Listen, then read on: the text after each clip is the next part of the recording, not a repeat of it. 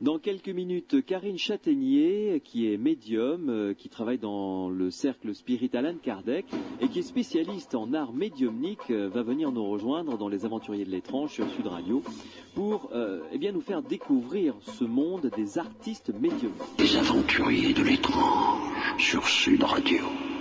Dans Les Aventuriers de l'étrange, nous continuons notre cheminement dans la découverte et la compréhension de l'art médiumnique.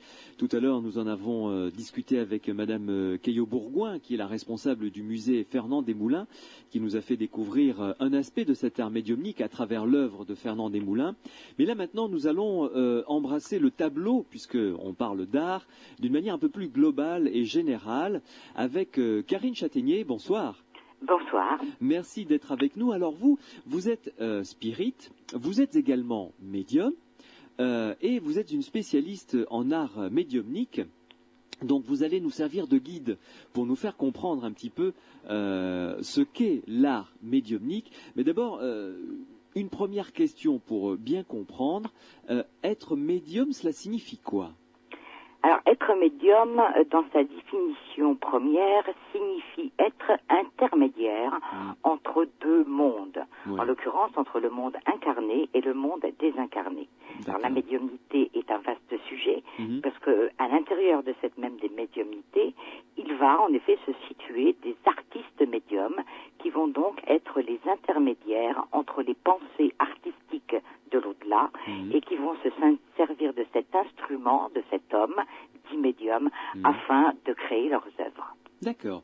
Alors, cet art médiumnique est né, grosso modo, fin du 19e, début du 20e siècle. Oui, je dirais que comment, en fin de compte, donner une définition de l'art médiumnique et peut-être d'une façon plus large, dans quelle forme d'art pourrait-on le classer ? Oui. Alors, je dirais qu'on pourrait le classer dans ce que l'on nomme l'art brut. L'art brut s'est construit et bâti en dehors justement des principes de l'académie, parce qu'il correspond à une création autodidacte où des dessins, des peintures, des sculptures donc vont constituer cet art. C'est en effet en 1945 à peu près que Jean Dubuffet, qui est d'ailleurs à l'origine de la conception de cet art et de sa vulgarisation, va s'intéresser entre autres à l'art médiumnique. Alors qu'il existait depuis bien longtemps.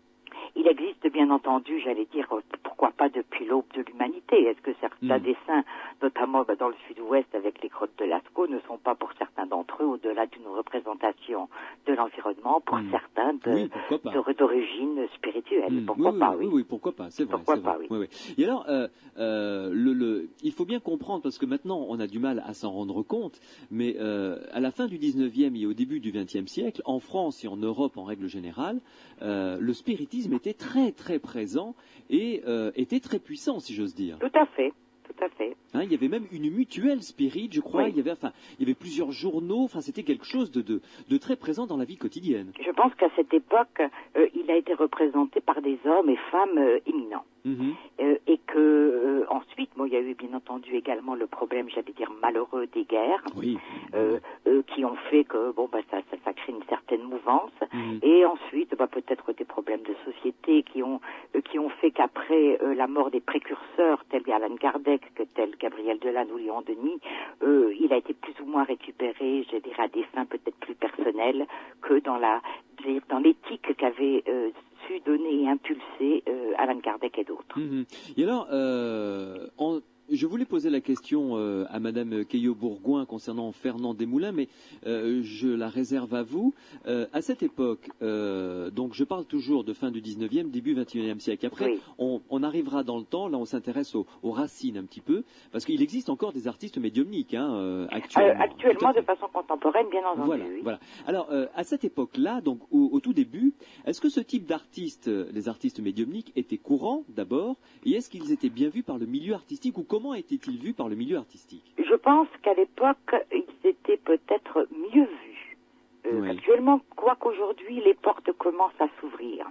Mais à l'époque, pour beaucoup d'artistes médiums de cette histoire à laquelle vous faites allusion, ces artistes médium gravitaient, j'allais dire, dans un milieu intellectuel, culturel, assez important. Si on prend Fernand Desmoulins, lui-même était un artiste de renommée. Oui.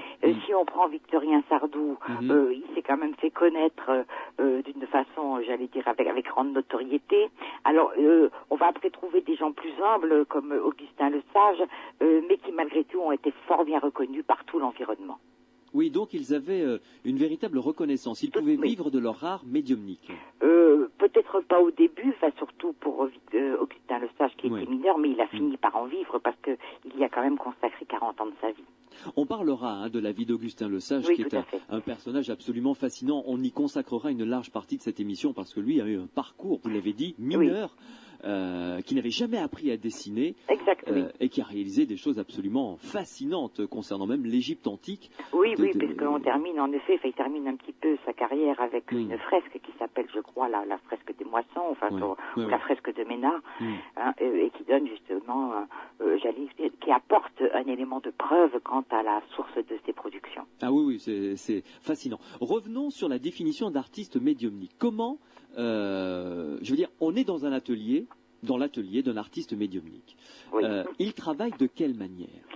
Alors, ça va être difficile de donner une manière absolue et générale pour tous les artistes médiums. Parce que en médiumnité, il y a différents, non pas degrés, mais il y a différentes formes de médiumnité. Je veux dire par là que certains artistes médiums vont travailler dans une forme d'automatisme des plus complets. Ce que l'on voit d'ailleurs autant avec Augustin Le Sage, enfin en quelque sorte il ne sait pas ce qu'il fait, autant avec Victorien Sardou et avec Fernand Desmoulins. Voilà, une sorte de prise de possession par, entre guillemets, l'esprit qui se sert comme du bras ou du corps de l'artiste comme un canal, quoi, en quelque sorte. Tout à fait. C'est-à-dire que le corps du médium devient son instrument, devient son pinceau, devient qu'importe l'objet en fait. Devient l'objet de sa création. Oui. Et alors, on pourrait dire qu'il entrance d'une certaine manière, mais je dirais plus facilement qu'il l'enveloppe, qu'il l'environne, et qu'à partir de là, il donne certains gestes automatiques. Mais là, ça requiert donc une création rapide, je dirais. Il ne peut pas rester des mois devant sa toile à la parfaire comme le fait un peintre, j'allais dire, entre guillemets, normal, académique, classique. Oui. Ce que l'on observe en règle générale, c'est quelle que soit, la sensibilité du médium, les œuvres reçues par l'intermédiaire d'artistes médiums sont reçues d'une façon beaucoup plus rapide que tout artiste dit conventionnel. Oui. Pour certains, c'est en quelques minutes, ou voire un quart d'heure, qu'ils ont une toile complète et terminée. Augustin Le Sage, on en reparlera, vous le disait lui-même, quelquefois, parce qu'il a fait de grandes fresques, ça lui prenait quand même plusieurs mois. Et il travaillait par centimètre carré, en quelque sorte. Mais quelle est votre vision de ça ? Bon, vous êtes médium, donc c'est un peu une vision non objective, c'est un parti pris. Mais que représentent, d'après vous, ces toiles, ces sculptures, ces œuvres ? Mais je pense que peut-être comme toute personne qui découvre l'art en général, l'impression risque elle aussi d'être subjective. C'est-à-dire que si je parle de Fernand Desmoulins, je rejoindrai les critiques dans le bon sens et mises à son encontre, disant que il a manifesté des états d'âme. Si on prend Fernand Desmoulins, on est devant une production différente. En fin de compte, c'est vrai que si on est éduqué, ou qu'on accepte la provenance de ces toiles, on retrouve derrière un auteur, un artiste ou des artistes, voire plusieurs artistes qui vont donner justement une diversité des créations. Alors, je pense qu'en effet, la difficulté peut-être de l'art médiumnique, c'est de faire admettre au public que la provenance est occulte et plus précisément désincarnée. Oui. Mais est-ce que vous avez connu des cas d'artistes médiumniques qui ont travaillé sous la direction de grands artistes décédés ? Oui, bien entendu. Moi, j'en ai connu personnellement, donc dans mon parcours. Mon parcours commence à dater parce que ça fait 25 ans que je suis spirit et médium. Alors, d'une façon plus contemporaine, celui qui est le plus représentatif de cette production médiumnique se situe au Brésil et son nom est Luis Gasparetto, qui a reçu des centaines et des centaines d'œuvres avec une patte que l'on reconnaît derrière sa production. Arrêtons-nous sur ce cas, justement, de ce monsieur, de ce Brésilien. Oui. Alors, qui est-il et comment travaille-t-il? Racontez-nous ça. Alors, Luis Gasparetto, donc, est contemporain, puisqu'il est né en 1949 au Brésil. Il est issu d'une famille simple de Sao Paulo. Bien entendu, la particularité brésilienne fait que ses parents sont spirites. Et que rapidement, Luis Gasparetto fréquente un centre spirit. Le spiritisme est très implanté encore au Brésil. Tout à fait, très développé, très représenté, même dans tous les milieux. Ouais. Et donc, à l'âge de 13 ans, Luis Gasparetto s'est essayé à la peinture, puisque l'art médiumnique au Brésil, comme les soins, c'est-à-dire l'aspect un petit peu médical ou curatif, est beaucoup représenté. Et en fait, il ne semblait pas être très doué. Et il a reçu un message, parce que ça c'est ce que l'on reçoit quand on est dans un mouvement spirit, d'un esprit qui d'ailleurs s'est proposé à l'aider, et cet esprit était l'esprit de Manet. Et à partir de là, Luis Gasparetto est rentré très vite dans une méthode de travail assez inhabituelle, puisqu'il dessine sur une table, les yeux fermés, la tête posée dans le creux de son bras, et il ne voit jamais le résultat de ses gestes. Il a des gestes très saccadés, très rapides. Il peut faire plusieurs tableaux en même temps. Il travaille quelquefois avec les pieds. C'est quelque chose de faramineux, ce que fait Gasparetto. Alors, ses œuvres, bien entendu, sont signées au moment où il les produit par l'auteur présumé de l'au-delà qui se manifeste. Oui. Et citez-nous, donc là vous avez parlé de Manet, ce qui n'est quand même pas le dernier venu.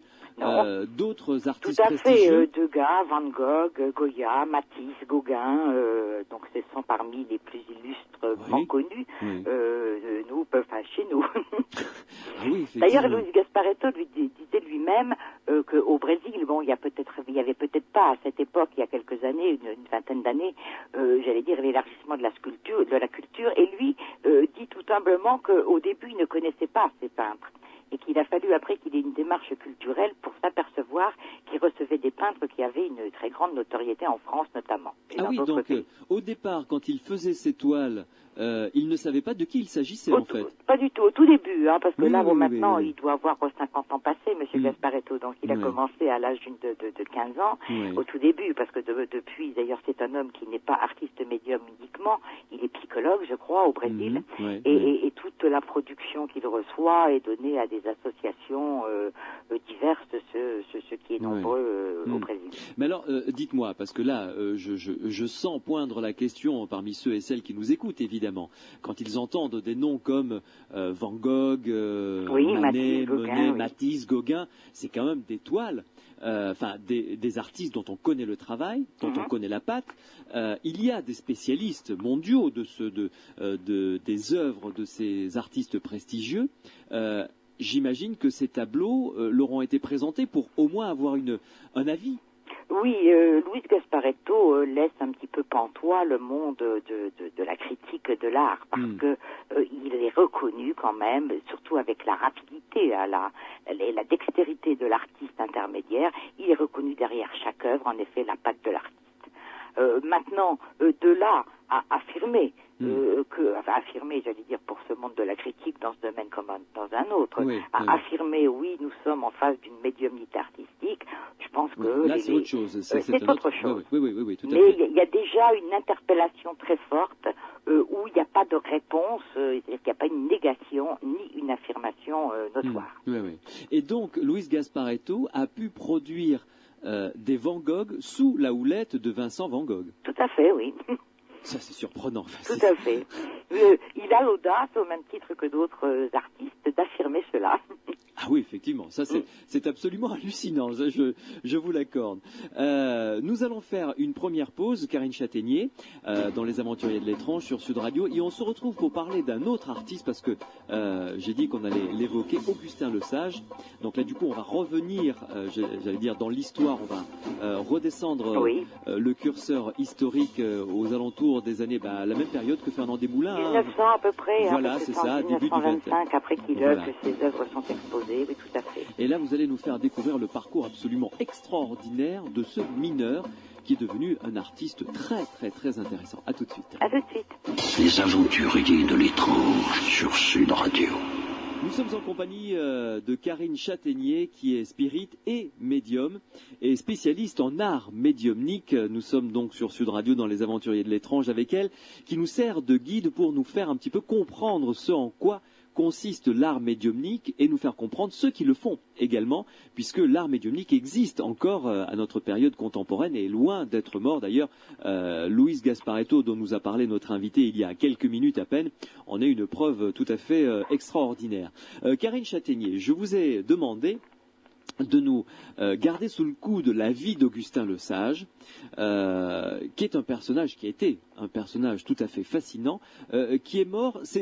C'est un artiste contemporain, hein, Augustin Le Sage. Oui, il est né en 1976. Il est mort en 1900 Alors là, En 1876. Il est né en 1876. Ah voilà, c'est ça. D'accord, ok. Alors... il est mort, je crois, après 1953. Il me semble, oui. Voilà. Toiles les dernières sont de 1953. Voilà, donc très contemporain, quoi. Hein, je veux dire très proche de nous, de notre histoire, du moins. Alors, qui était Augustin Le Sage? D'abord, il est né dans une famille très pauvre. Oui, tout à fait, j'allais dire très rural. Et à cette époque, donc, il est né à Saint-Pierre-les-Auxchelles, dans le Pas-de-Calais, et son père était mineur. Et si on le recherche un petit peu plus loin dans ses ascendants, tous ses parents et grands-parents étaient mineurs. Donc très modeste, un milieu vraiment très modeste. Tout à fait. Lui-même est donc devenu simple mineur au Pas-de-Calais. Ce fut un homme aux mains déformées par le pic et le dur travail. Voilà, et qui ne connaissait à l'époque, en effet, peut-être que l'art que les terrils le sculptent par le vent du Nord. Ce qui est joli, mais bon, ce qui peut être pas nécessaire pour devenir un artiste. Alors, comment est-ce que ça s'est déclenché chez lui? Alors, si vous voulez bien, je vais vous raconter l'anecdote et je vais faire parler Augustin Le Sage, puisqu'on trouve ce témoignage dans de nombreux ouvrages. Donc, voici lui comment il le raconta, cette première découverte, ou cette première information surprenante pour lui est arrivée en 1911, et Augustin Le Sage avait environ 35 ans. Et voici comment il le raconta. Il dit donc: je travaillais couché dans un petit boyau de 50 cm sur une galerie éloignée du mouvement de la mine. Dans le silence, il n'y avait pour moi que le bruit de ma pioche. Quand tout à coup, j'entends une voix très nette dire: un jour, tu seras peintre. Je regardais de tous côtés pour voir d'où venait cette voix, mais personne n'était là. J'étais bien seul, et je fus stupéfait et effrayé. Remonté à la mine, je ne le dis à personne, ni à mes amis, ni à mes enfants, ni à ma femme. Je craignais qu'on me prenne pour un halluciné ou pour un fou.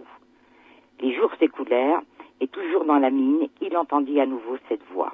Il fut donc toujours épouvanté et garda encore quelque temps l'événement secret, croyant qu'il devenait fou. Et puis des mois se sont écoulés, et il ne pensait plus à ces voix. Ses peurs commençaient, j'allais dire, à disparaître ou à s'apaiser.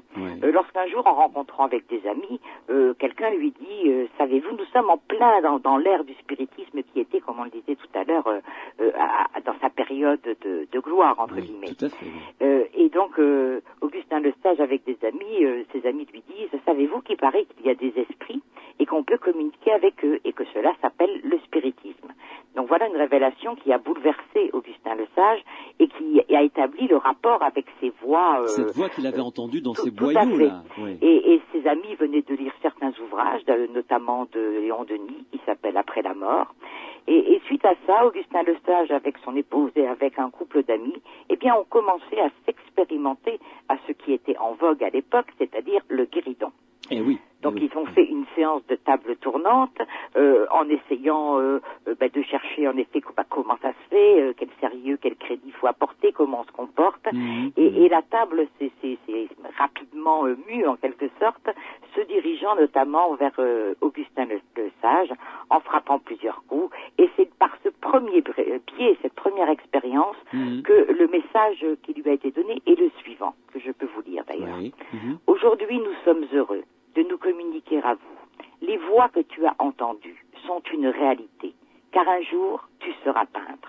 Écoute bien nos conseils, et tu verras qu'un jour, tout se réalisera, tel que nous le disons, et ainsi, ta mission s'accomplira.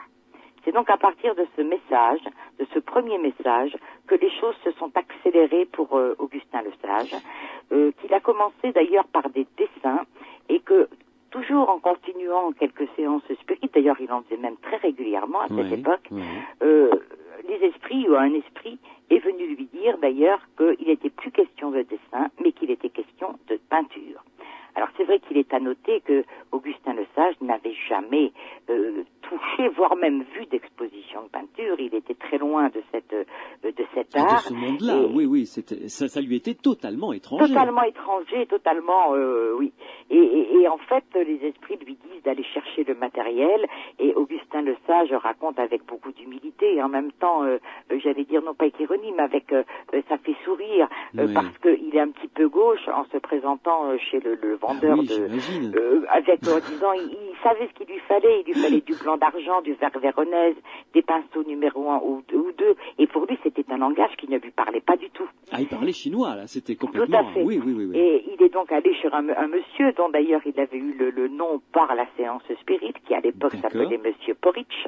Oui. Et là, il s'est aperçu quand il était sur place que, au-delà des noms qu'il avait reçus, eh bien instinctivement, un peu guidé par les esprits, il allait prendre des produits qu'il méconnaissait, et qu'après il s'est aperçu, bien sûr, qu'ils lui ont beaucoup servi, notamment aux esprits qui se sont manifestés. Oui, mais je suppose que pour Augustin Lesage, quand on vit ce genre de révolution interne, ça doit être très, comment dirais-je, presque traumatisant. Alors, je sais pas, c'est possible que ça soit révolutionnaire en quelque sorte pour le psychisme. Et alors maintenant, est-ce que ça a occasionné pour Augustin Lesage un traumatisme? Je ne pense pas, parce qu'il s'est instruit parallèlement donc de cette science, elle aussi méconnue d'ailleurs, qui était le spiritisme. Et je pense que ces séances ont dû lui faire le plus grand bien. Et d'autre part, ce qui a après déterminé justement la véracité des propos de l'esprit, c'est qu'il a répondu à cette demande, à cet appel, et que après il a commencé, d'ailleurs il explique très bien, il a commencé à apprécier cette mission, alors qu'au début elle effrayait. Et quand il a vu progressivement, j'allais dire, les œuvres traduites et terminées, eh bien, il y a pris un grand plaisir. Et il dit d'ailleurs que, parce que pendant quelques années, il a continué à travailler, et que, en fait, il rentrait le soir chez lui après une journée rude, parce que le métier de mineur est un métier harassant. Et en fait, il passait encore des heures à faire ses toiles, ou en fin de compte, il travaillait quelquefois pendant 2 à 3 heures sur juste quelques centimètres carrés. Alors, racontez-nous comment il travaillait justement, Augustin Lesage, parce que là, c'est le début, c'est la naissance de l'artiste qui va acquérir ses premiers produits, acheter ses premiers pinceaux, et ensuite, est-ce que c'est arrivé assez rapidement cette transformation qui a fait qu'il a pu après vivre que de ses tableaux?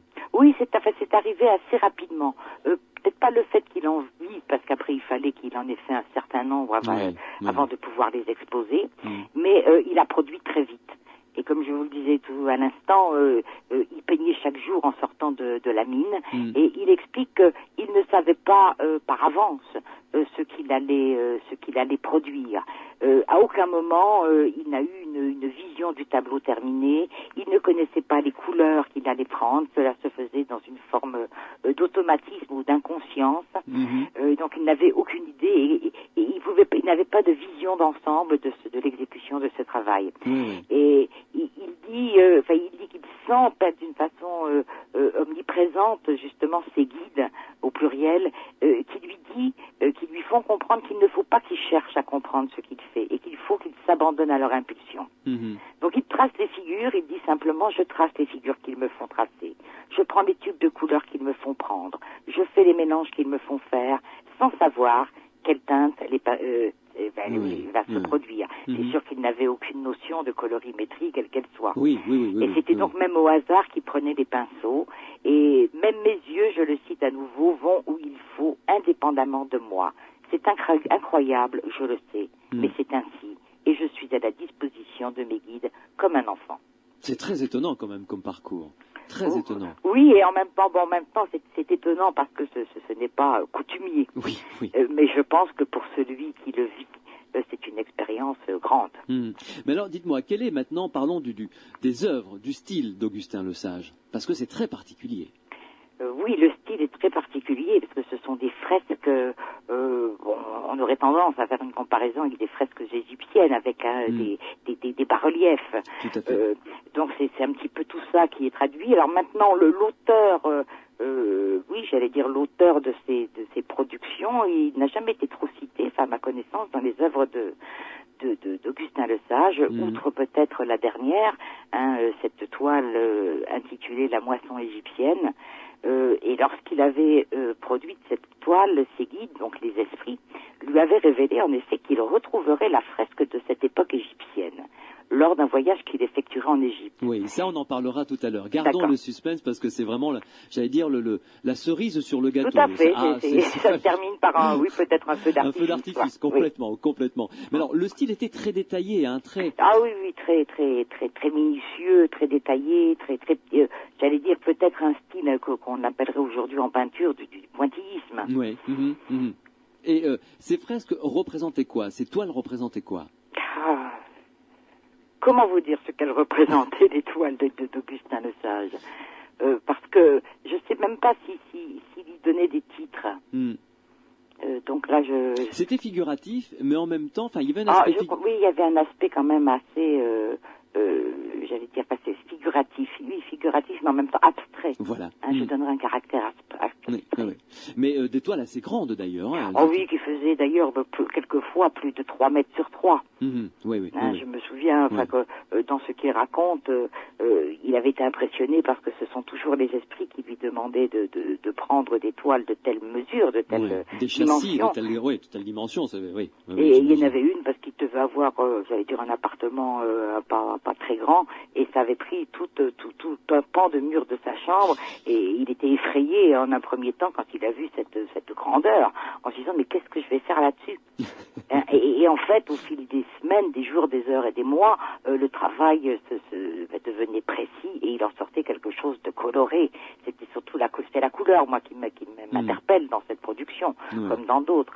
Et puis ces détails très minutieux qui travaillaient sans savoir ce qu'ils faisaient. Et des toiles qui ont été très appréciées à son époque d'ailleurs. Indépendamment du fait que ce soit un artiste médiumnique, sa production était appréciée. Oui, tout à fait. Il était très apprécié. Il a d'ailleurs exposé en 1925 au Congrès Spirit au mois de septembre. Elles ont été vues, ces œuvres, par des artistes peintres, par des architectes, par des journalistes, et il a connu très rapidement un grand succès. Je pense que ce succès est dû d'une part à l'humilité du personnage, j'imagine, et d'autre part à la production à l'originalité, à l'humilité et à la production de ses œuvres. Alors, parlons de cette, maintenant, si vous le voulez bien, dernière toile, dont l'histoire est absolument fascinante. Oui. Alors, cette dernière toile qu'il a peinte s'intitulait La moisson égyptienne. Oui. Alors, lorsqu'il a en effet réalisé, les esprits lui avaient dit qu'il retrouverait cette fresque datée de l'époque égyptienne lors d'un voyage qu'il effectuerait lui-même en Égypte. Et c'est donc une prédiction qui s'est réalisée plus tard pour Augustin Lesage et qui eut lieu au cours d'une visite qu'il a rendue, en effet, au grand site archéologique de l'Égypte antique. Et c'était dans la vallée des Reines que surgit ce que l'on peut appeler, là, en effet, l'extraordinaire. Il était en train de visiter le tombeau d'un tailleur de pierre de Ramsès II. Et cette chambre funéraire contenait plusieurs sarcophages. Et là, il est accompagné d'un ami, et il découvre sur un mur une grande fresque étonnamment bien conservée. Et le guide leur précise qu'elle vient d'être découverte. Elle venait d'être découverte depuis peut-être, j'en sais rien, quelques mois, parce que le temps peut-être de les restaurer pour les mettre après aux yeux du public. Et les deux amis sont alors stupéfaits car ils ont devant eux la représentation d'une scène de la moisson, et c'est quasiment l'exacte réplique du tableau que Augustin Lesage a peint il y avait quelques semaines en France. Alors, on peut en effet supposer l'émotion qui a étreint Augustin Lesage devant ce tombeau, et il est dit dans les ouvrages relatant sa vie comme ses pensées, qu'à ce moment-là, lui comprit qu'il s'agissait d'une scène que lui-même avait peinte durant une vie précédente, alors qu'il avait été un Égyptien du nom de Ména. Oui, ça c'est son interprétation à lui. Ça c'est son interprétation. Mais en tout cas, les faits restent. Lui a peint une fresque en France. Il n'est jamais venu en Égypte et peut-être avait entendu parler un peu de l'Égypte antique, mais vraiment sans plus. Il n'a jamais eu de formation de peintre.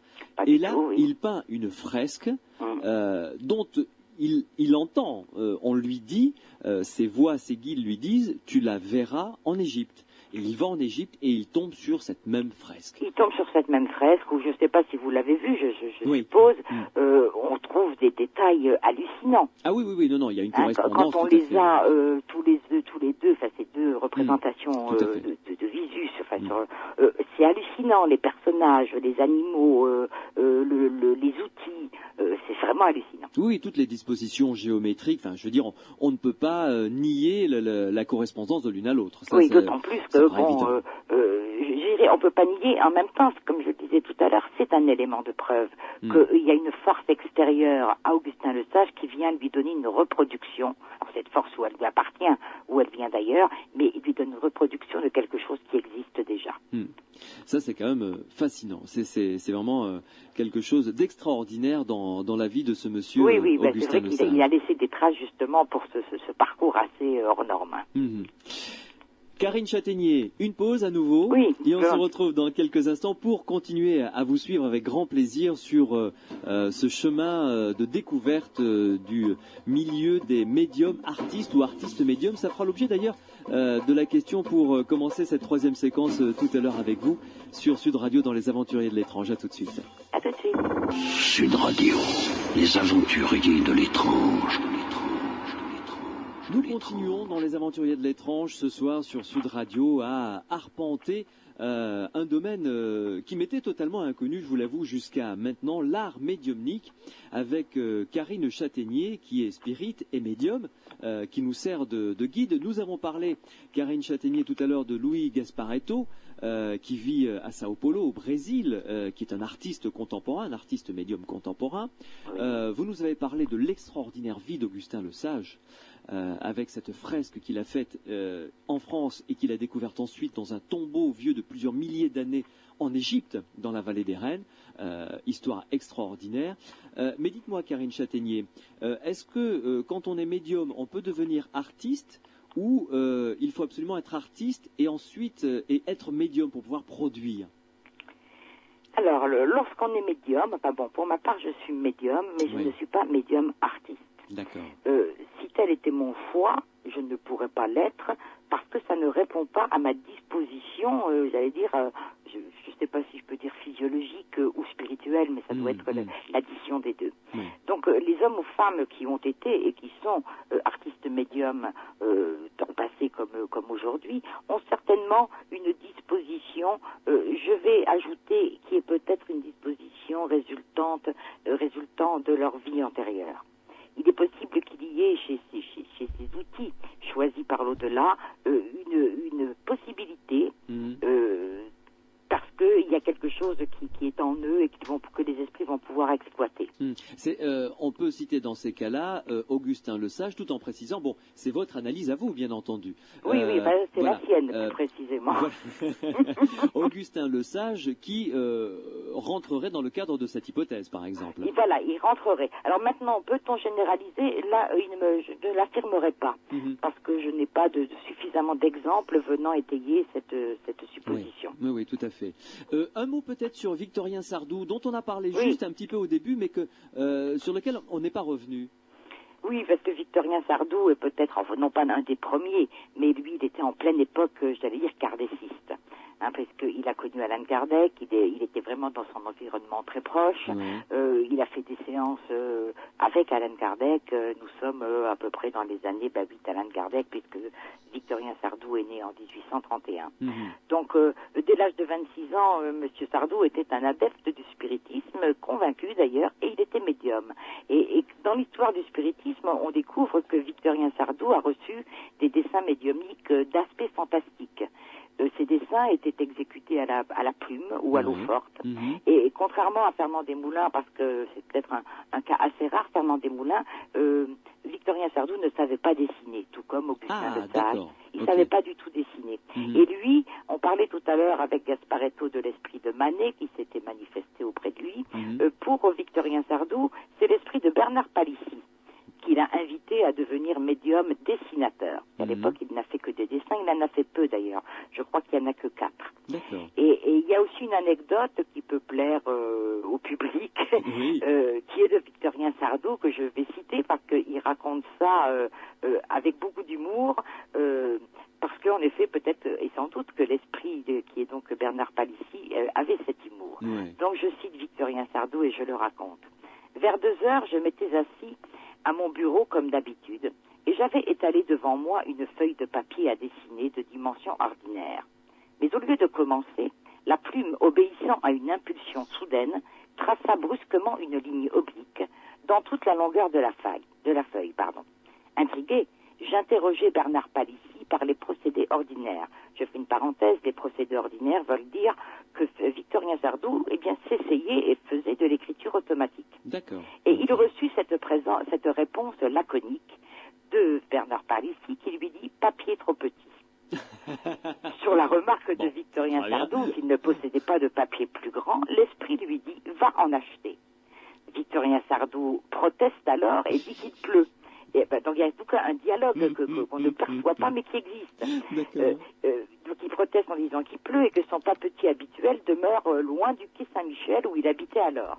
Et l'esprit de lui répondre va sur la place Saint-André-des-Arts.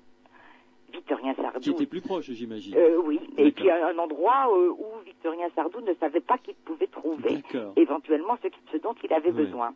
Donc très intrigué, il prit son chapeau et sortit sous la pluie. Il fit le tour de la place sans trouver de boutique répondant à la nécessité de ses achats. Et lorsqu'il revint sur le quai Saint-Michel, fâché d'avoir été trompé par son esprit, et bien ses yeux se fixèrent par hasard sur une enseigne portant cette inscription « Vente en gros de carton ». Il entra donc dans cette maison et il apprit, non sans surprise, que le fabricant possédait toutes les dimensions de papier. Il en choisit donc, il y choisit celle qu'il fallait, il rentre chez lui, et dès qu'il eut posé la pointe de son crayon sur la feuille, sa main écrivit avec rapidité « Tu vois bien que j'avais raison ».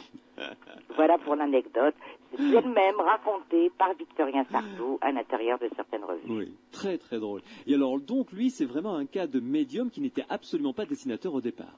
Pas du tout.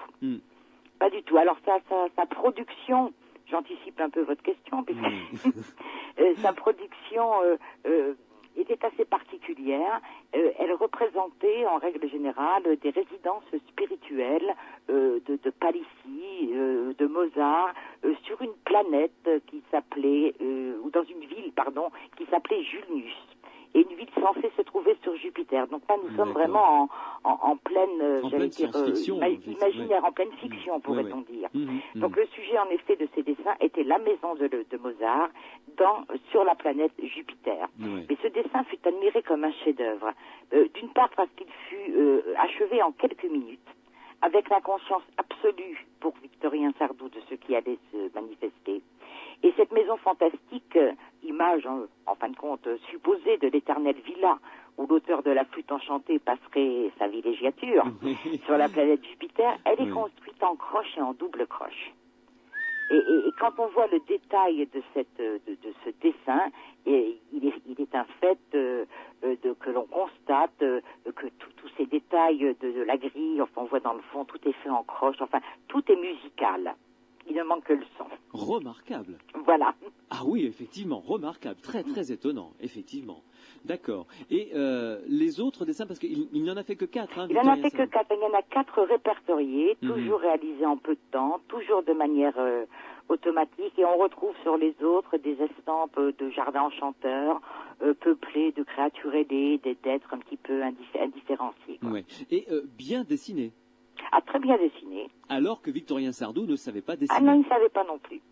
C'est quand même très surprenant. Bon, dites-moi un petit peu, Karine Châtaignier, on va parler un petit peu de votre vie privée, je vous rassure, nous n'allons pas aller bien loin, mais votre compagnon est artiste, artiste médium, c'est ça ?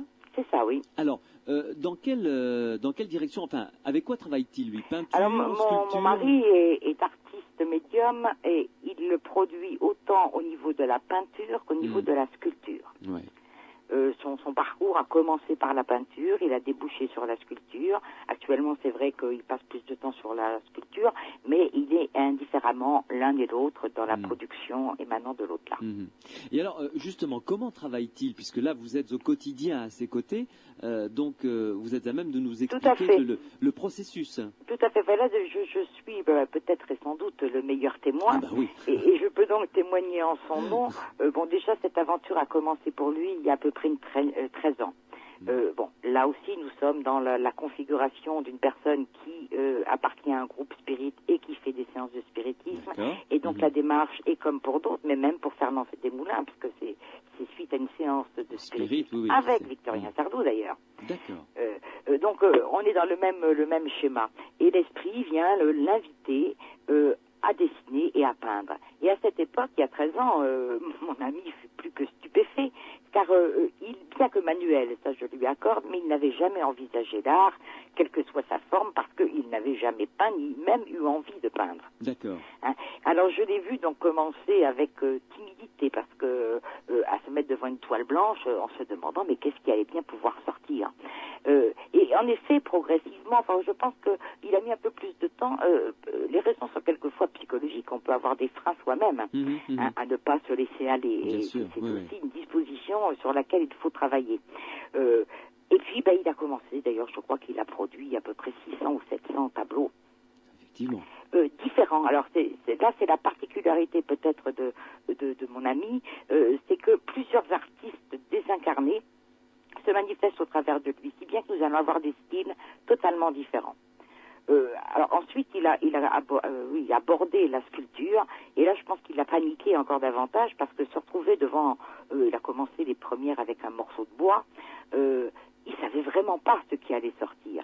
Et moi j'ai été stupéfaite au fil des heures, parce que bon, un morceau de bois qui fait, bon, je sais pas, 2 mètres de haut, c'est sûr que c'est pas en 5 minutes qu'il va sortir une sculpture. Mais j'ai été stupéfaite de constater, déjà face à son ignorance, sa méconnaissance totale de l'art. Les outils, c'est pareil, il les a achetés parce que, en se renseignant, on sait quel outil il faut acheter lorsqu'on est sculpteur. Mais j'ai de voir naître, parce que pour moi ça a été une vraie naissance, de voir naître ces œuvres qui représentent autant, j'allais dire, des animaux, un cheval, un héron que des... et qu'il n'a jamais pris de modèle. Je me souviens qu'un jour, il a réalisé une licorne. Alors avec donc cette corne qui était tout en cuivre d'ailleurs, et je lui dis avant, mais j'ai dit une licorne dans ton morceau de bois, là, j'ai dit, tu veux pas regarder un dessin pour te... Il dit non, je ne veux pas. Il a toujours refusé même de se renseigner sur la forme des naseaux ou je ne sais quoi. Jamais. Il a dit, ce n'est pas moi, c'est l'esprit, donc je dois réussir. Donc il s'abandonne vraiment, hein? Oui, il s'abandonne. Il n'est pas entrancé au même titre que Fernand Desmoulins, mais peut-être à la manière d'Augustin Lechasse, parce que je connais un petit peu sa façon de travailler, parce qu'il a fortement expliqué. Eh bien, il est dans un état, je dirais, second. Je m'aperçois d'ailleurs que lorsque je vais à l'atelier, parce que, je sais pas, j'ai quelque chose à lui demander, eh bien, je lui parle et je m'aperçois qu'il m'entend pas. Il est ailleurs, il est dans son œuvre. C'est comme ça que je qualifierais cette relation. Il est dans son autre monde et il est à l'écoute totale de l'esprit qui se manifeste. Il s'oublie lui-même. Il s'oublie, il est à disposition de l'autre. Tout à fait. Bien. Une exposition bientôt, parce que là, vous nous avez donné envie de découvrir. Ah, mais des expositions. Alors moi, nous sommes originaires, nous vivons en Lorraine, hein, donc là, il vient d'avoir une exposition de 6 mois pour quelques œuvres, en effet, à l'abbaye de Brantôme. Donc ce qui va suivre, ça sera plus localement géographique, je veux dire que... Donc plutôt en Lorraine, quoi. Voilà, plus en Lorraine. Et puis on verra pour l'été prochain. Enfin, il a des perspectives, en effet, pour Honfleur aussi, pour... différents endroits, parce que il faut faire connaître l'art médiumnique et le médium par voie de conséquence. Et l'art médiumnique est encore, vous l'avez dit, bien présent encore dans l'art brut contemporain. Tout à fait, parce qu'il est de plus en plus représenté, ça c'est une bonne chose, puisque au Forum des Halles à Paris, maintenant il y a un étage, enfin, ou une partie de cet endroit qui est justement destiné à l'art brut en général, et l'art médiumnique en particulier, puisqu'il sait s'inscrire dans cet art brut. Bien. Merci beaucoup en tout cas, Karine Châtaignier, de nous avoir servi de guide dans les aventuriers de l'étrange et de nous avoir pris par la main pour découvrir l'art médiumnique qui a l'air d'être très passionnant, vraiment, vraiment. Je vous souhaite une bonne soirée. Merci à vous, mais merci à vous tous et bonsoir. Et à très bientôt, au revoir. Au revoir. Sud Radio, samedi et dimanche, 22h minuit. Louis Benedì, les aventuriers de l'étrange. Che se Lorio Massarini, soutiene Regina Forse.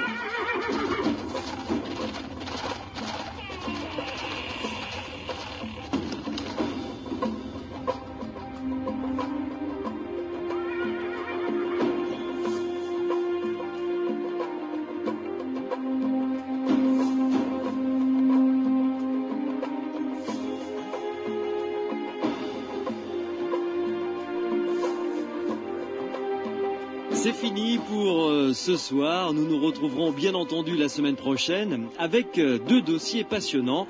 Pour commencer, samedi, nous parlerons des miracles de Lourdes. Comment l'Église étudie-t-elle les différents cas de guérison et surtout quelles sont les conditions pour être déclaré miraculé? Jusqu'à maintenant, 67 personnes ont été déclarées officiellement miraculées par l'Église à Lourdes. Dimanche, l'extraordinaire dans le monde chrétien. Le surnaturel existe dans l'histoire des saints et des saintes du monde chrétien et catholique. Bilocation, c'est-à-dire la possibilité d'être à deux endroits en même temps, télépathie et bien d'autres phénomènes paranormaux. Alors à travers le dictionnaire des miracles et de l'extraordinaire chrétien, nous allons découvrir dimanche prochain des histoires absolument fabuleuses. En ce qui concerne les prochaines émissions, je fais un appel à témoignage. Si vous avez vécu une sortie hors du corps, votre témoignage m'intéresse pour une prochaine émission. Si vous avez aperçu, vu ou si vous connaissez quelqu'un qui a vu la célèbre Dame Blanche un soir, une nuit sur le bord d'une route, votre témoignage m'intéresse également. Vous avez deux possibilités pour nous contacter, soit par téléphone, vous nous appelez au 0826 300 300, c'est un numéro de téléphone qui n'est pas surtaxé, 0826 300 300 et vous nous laissez vos coordonnées et le résumé de votre témoignage sur la boîte vocale des aventuriers de l'étrange, ou encore vous nous envoyez un mail à cette adresse étrange au singulier étrange@sudradio.fr. Et enfin, je vous rappelle que mardi matin, je serai en compagnie de Coralie, de Romain et de Jérôme dans la matinale pour parler de phénomènes paranormaux. Il paraît qu'ils veulent faire tourner des tables. Je ne sais pas ce que ça va donner, mais en tout cas, toute la matinée, je serai avec eux pour parler des aventuriers de l'étrange. Passez une bonne semaine à l'écoute des programmes de Sud Radio et au week-end prochain.